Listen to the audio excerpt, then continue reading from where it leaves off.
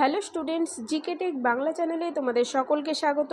তো গত 25 তারিখে উত্তর 24 পরগনা জেলায় যে অঙ্গনওয়াড়ি কর্মী এবং সহায়িকা পরীক্ষা হয়ে গেল, তারই উত্তরপত্র ভিডিও নিয়ে আজকে চলে এসেছি।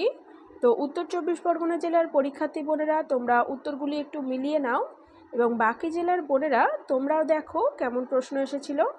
মনে রাখবে, যে সমস্ত প্রশ্ন আমি তোমাদের কাছ থেকে পেয়েছি, অর্থাৎ তোমরা আমাকে কমেন্ট করে যে সমস্ত প্রশ্ন আমাকে বলেছো, আমি সেই সমস্ত প্রশ্নই আজকের ভিডিওতে এনেছি। তো এর বাইরে যদিও আরও অনেক প্রশ্ন আছে, যদি তোমাদের মনে থাকে তোমরা অবশ্যই আমাকে কমেন্ট করে জানাবে, আমি প্রশ্নগুলির উত্তর দেওয়ার চেষ্টা করব। ওকে, আরেকটি কথা বলে রাখি, উত্তর 24 পরগনা জেলার যে সমস্ত বোনেরা আমাদের চ্যানেল এবং আমাদের আইসিডিএস সাফল্য বইটি ফলো করেছিলে, তোমরা কিন্তু প্রায় প্রত্যেকটি প্রশ্নই কমন পেয়েছো। আশা করি তোমাদের পরীক্ষা খুব ভালো হয়েছে। তো তোমরা সবাই ইন্টারভিউয়ের জন্য আশা করি ডাক পাবে। তো আমার শুভেচ্ছা রইল তোমাদের সবাইকে। তো চলো প্রশ্নগুলি কী ছিল দেখে নিই। তো প্রশ্ন কি এসেছিল দেখো, কোন খাবারে ভিটামিন ই পাওয়া যায়, এই প্রশ্নটি এসেছিল সম্ভবত। তো অপশনগুলি সম্ভবত তোমাদের সবকটি মনে ছিল না, তোমরা আমাকে এই দুটি আমাকে কমেন্ট করে জানিয়েছিলে। তো এর মধ্যে সম্ভাব্য উত্তর হলো কাজু বাদাম। কাজু বাদামে ভিটামিন ই পাওয়া যায়। পরের প্রশ্ন দেখো, নিম্নলিখিত কোনটি ভাইরাস ঘটিত রোগ? তো অনেকগুলি অপশন ছিল, এর মধ্যে উত্তর হবে করোনা, এটি ভাইরাস ঘটিত রোগ। পরের প্রশ্ন দেখো, পরের প্রশ্ন একটি ব্লাড রিলেশন সম্পর্কিত প্রশ্ন। তোমার বাবার মায়ের একমাত্র মেয়ের স্বামী অথবা জামাই তোমার কে হবে? তো উত্তর হয়ে যাবে পিসি মশাই হবে, এর উত্তর পিসি মশাই। পরের প্রশ্ন আছে, কাজু বাদাম কী জাতীয় খাদ্য? সম্ভবত এই প্রশ্নটি এসেছিল। তো তোমরা আমাকে কমেন্ট করে জানাবে কোন প্রশ্নটি এসেছিল বা কোন প্রশ্নটি একটু এদিক ওদিক হয়েছে, তোমরা কমেন্ট করে জানিও। দেখো, কাজু বাদাম কী জাতীয় খাদ্য, এটি হয়ে যাবে ফ্যাট জাতীয় খাদ্য। ফ্যাট জাতীয় খাদ্য যারা করেছো তাদের সঠিক উত্তর। পরের প্রশ্ন, ইনসুলিন নির্গত হয় কোথা থেকে? দেখো, হরমোন থেকে প্রশ্ন দিয়েছে। ইনসুলিন হরমোন আমি তোমাদের পড়িয়েছিলাম, অগ্নাশয় থেকে নিঃসৃত হয়। পরের প্রশ্ন কি এসেছিল দেখো, মানবদেহের সবচেয়ে বড় হাড়ের নাম কি? তো মানবদেহের সবচেয়ে বড় হাড় হলো ফিমার। তো দেখো, প্রত্যেকটি কিন্তু কমন প্রশ্ন আমাদের ক্লাস থেকে বা আমাদের বইটি থেকে কমন প্রশ্ন, কিন্তু প্রত্যেকটি প্রশ্ন তোমরা খুব মন দিয়ে দেখো। ছৌ নৃত্য কোন অঞ্চলের নৃত্য? প্রশ্ন এসেছিল, উত্তর হয়ে যাবে পুরুলিয়া জেলার নৃত্য। পরের প্রশ্ন, ভিটামিন এ এর অভাব কোন রোগ সৃষ্টি করে? তো বারবার করানো হয়েছে এই প্রশ্নটি তোমাদের, রাতকানা রোগের সৃষ্টি করে ভিটামিন এ এর অভাব। পরের প্রশ্ন দেখো, ভিটামিন সি কোন ফলে পাওয়া যায়? তো এই প্রশ্নটিও বারবার করিয়েছি তোমাদের, ভেরি ইম্পর্টেন্ট বলেছিলাম। এমনকি তোমাদের পরীক্ষার দুদিন আগেই এই প্রশ্নটি করানো হয়েছে, ভিটামিন সি পাওয়া যায় লেবুতে। পরের প্রশ্ন দেখো, প্রথম বাঙালি পর্বতারোহীর নাম কি? তো উত্তর হয়ে যাবে দেবাশিস বিশ্বাস। দেবাশিস বিশ্বাস যারা করেছো তাদের সঠিক উত্তর হয়েছে। পরের প্রশ্ন, পৃথিবীর বৃহত্তম বদ্বীপটির নাম কি? তো এই প্রশ্নটি নিয়ে একটু কনফিউজ আছে, তোমরা আমাকে কমেন্ট করে জানিও এই প্রশ্নটি এক্স্যাক্ট এসেছিল কিনা। তো যদি এই প্রশ্নটি আসে তার উত্তর হবে গঙ্গা ব্রহ্মপুত্র বদ্বীপ পৃথিবীর বৃহত্তম বদ্বীপ। আর যদি বলা হয় যে পৃথিবীর বৃহত্তম দ্বীপের নাম কি, মনে রাখবে তখন উত্তর হয়ে যাবে গ্রিনল্যান্ড। গ্রিনল্যান্ড হলো পৃথিবীর বৃহত্তম দ্বীপ এবং বদ্বীপ বললে উত্তর হবে গঙ্গা ব্রহ্মপুত্র বদ্বীপ। পরের প্রশ্ন দেখো, নাইটিঙ্গেল অফ ইন্ডিয়া কাকে বলা হয়? তো উত্তর হয়ে যাবে সরোজিনী নাইডু। সরোজিনী নাইডুকে নাইটিঙ্গেল অফ ইন্ডিয়া বলা হয়। পরের প্রশ্ন কি এসেছিল দেখো, ম্যালেরিয়া রোগ ছড়ায় কোন মশা? তো বারবার করানো হয়েছে তোমাদের, স্ত্রী অ্যানোফিলিস মশা উত্তর হয়ে যাবে। পরের প্রশ্নটি দেখো, ডেঙ্গু রোগ ছড়ায় কোন মশা? তো ডেঙ্গু রোগটি ছড়ায় স্ত্রী এডিস মশা, মনে রাখবে স্ত্রী এডিস মশা। তো যারা স্ত্রী এডিস মশা উত্তর করেছো তাদের উত্তর সঠিক। পরের প্রশ্ন এসেছিল দেখো, বিশ্ব নারী দিবস কবে পালন করা হয়? তো 8ই মার্চ, বারবার করিয়েছি এবং এটি ইম্পর্টেন্ট দাগ দিয়েছিলাম, 8ই মার্চ বিশ্ব নারী দিবস পালিত হয়। পরের প্রশ্ন, 2024 সালের অলিম্পিক কোথায় অনুষ্ঠিত হয়েছে? তো দেখো, কারেন্ট অ্যাফেয়ার্স ক্লাসে করানো হয়েছিল, প্যারিসে অনুষ্ঠিত হয়েছে। পরের প্রশ্ন দেখো, 2024 সালের অলিম্পিকে ভারত মোট কটি পদক পেয়েছে? তো এটিও কারেন্ট অ্যাফেয়ার্স থেকে প্রশ্ন, সঠিক উত্তর 6টি পদক পেয়েছে।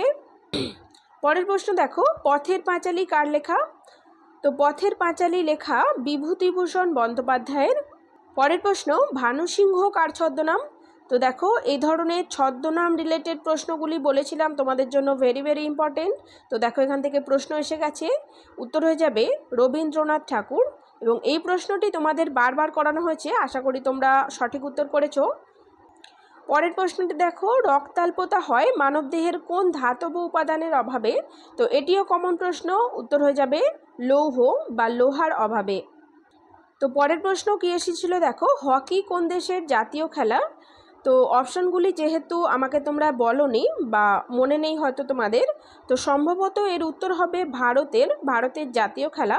মনে রাখবে অঘোষিত কেন? অঘোষিত কারণ হচ্ছে ভারতের কোনো জাতীয় খেলা নেই, এটি অঘোষিত জাতীয় খেলা। হকি হচ্ছে ভারতের অঘোষিত জাতীয় খেলা। এছাড়া মনে রাখবে যদি ভারতের অপশন না থাকে তাহলে হবে পাকিস্তানের হবে উত্তর।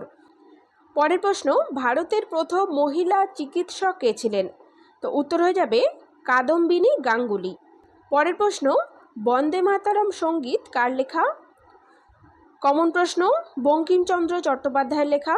পরের প্রশ্ন, গাজরের কোন অংশ আমরা খাদ্য হিসাবে গ্রহণ করি? তো এই ধরনের প্রশ্নগুলি কিন্তু বারবার তোমাদের পরীক্ষায় আসতে দেখা যাচ্ছে।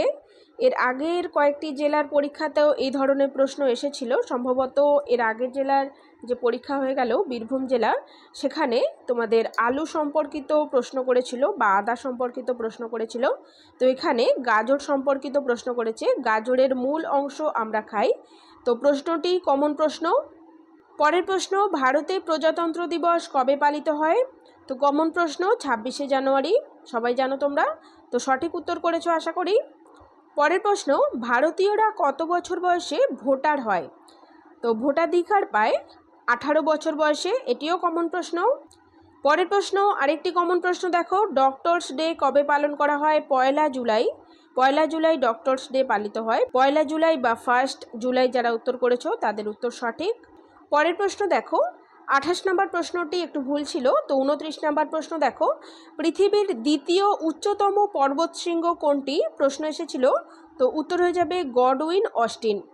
তো প্রত্যেকটি প্রশ্নই তোমরা দেখো আমাদের চ্যানেল এবং আমাদের আইসিডিএস সাফল্য বইটি থেকে কিন্তু তোমরা কমন পেয়ে গেছো।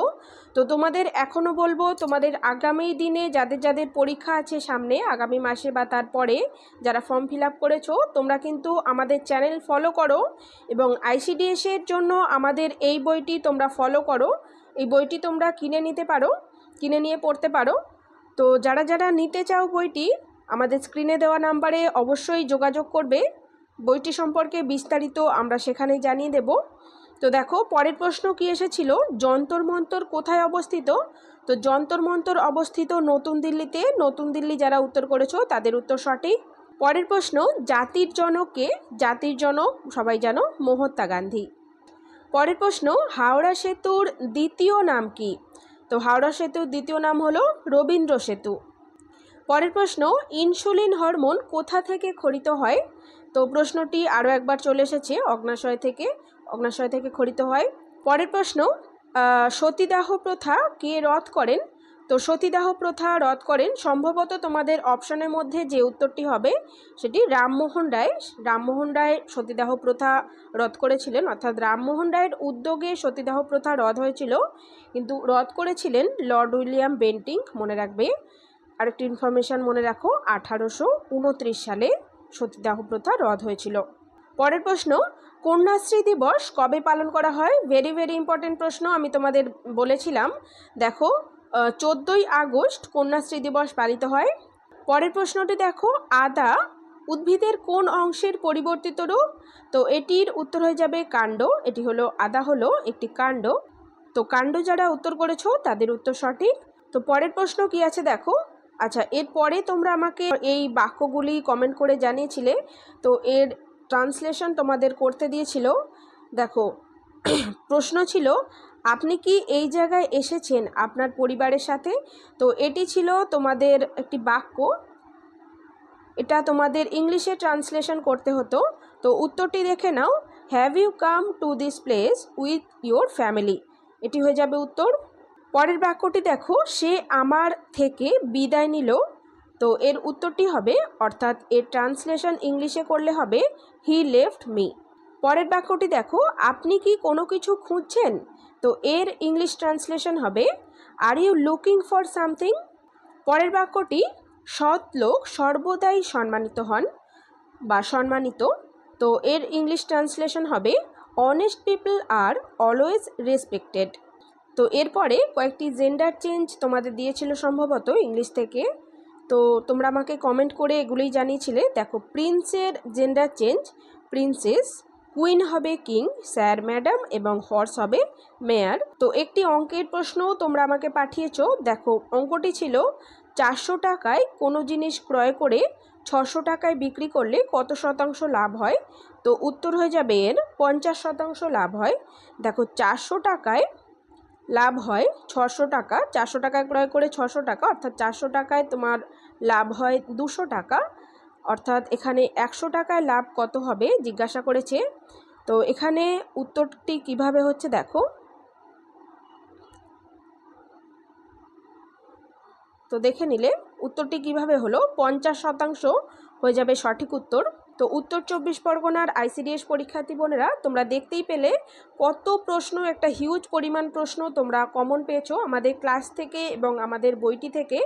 তো তোমরা যারা যারা আমাদের আইসিডিএস সাফল্য বইটি কিনেছিলে, কিনে নিয়ে মন দিয়ে পড়েছিলে এবং আমাদের নিয়মিত ক্লাসগুলি ফলো করেছো, তারা আশা করি প্রত্যেকটি প্রশ্নের সঠিক উত্তর করতে পেরেছো। তোমরা সকলে কিন্তু ইন্টারভিউয়ের জন্য প্রস্তুতি নাও। তোমরা ইন্টারভিউয়ের জন্য প্রত্যেকে ডাক পাবে এবং বাকি জেলার পরীক্ষার্থী বোনেদেরও বলছি, তোমরা আমাদের ক্লাস কিন্তু ফলো করো, জিকে টেক বাংলাকে ফলো করো এবং চাইলে এই বইটি তোমাদের আবারও বলছি তোমরা কিনে নিয়ে পড়তে পারো। এখনও কিন্তু তোমাদের হাতে অনেক সময় আছে। তো তোমরা স্ক্রিনে দেওয়া নাম্বারে হোয়াটসঅ্যাপ করে আমার সাথে যোগাযোগ করো বইটি সম্পর্কে জানার জন্য। বিস্তারিত আমরা বইটি সম্পর্কে জানিয়ে দেব হোয়াটসঅ্যাপে, তোমাদের যা যা জিজ্ঞাসা। তো চলো, আজকের ভিডিও এই পর্যন্তই। তোমরা কিন্তু আমাকে কমেন্ট করে জানাবে তোমাদের আরও কিছু প্রশ্ন যদি মনে পড়ে, তো আমি তার রিপ্লাই দেওয়ার চেষ্টা করব, বা তোমাদের হিউজ পরিমাণ প্রশ্ন যদি আসে তাহলে কিন্তু আমি আরও একটি ভিডিও বানিয়ে দেওয়ার চেষ্টা করব। তো চলো, দেখা হচ্ছে নেক্সট ভিডিওতে।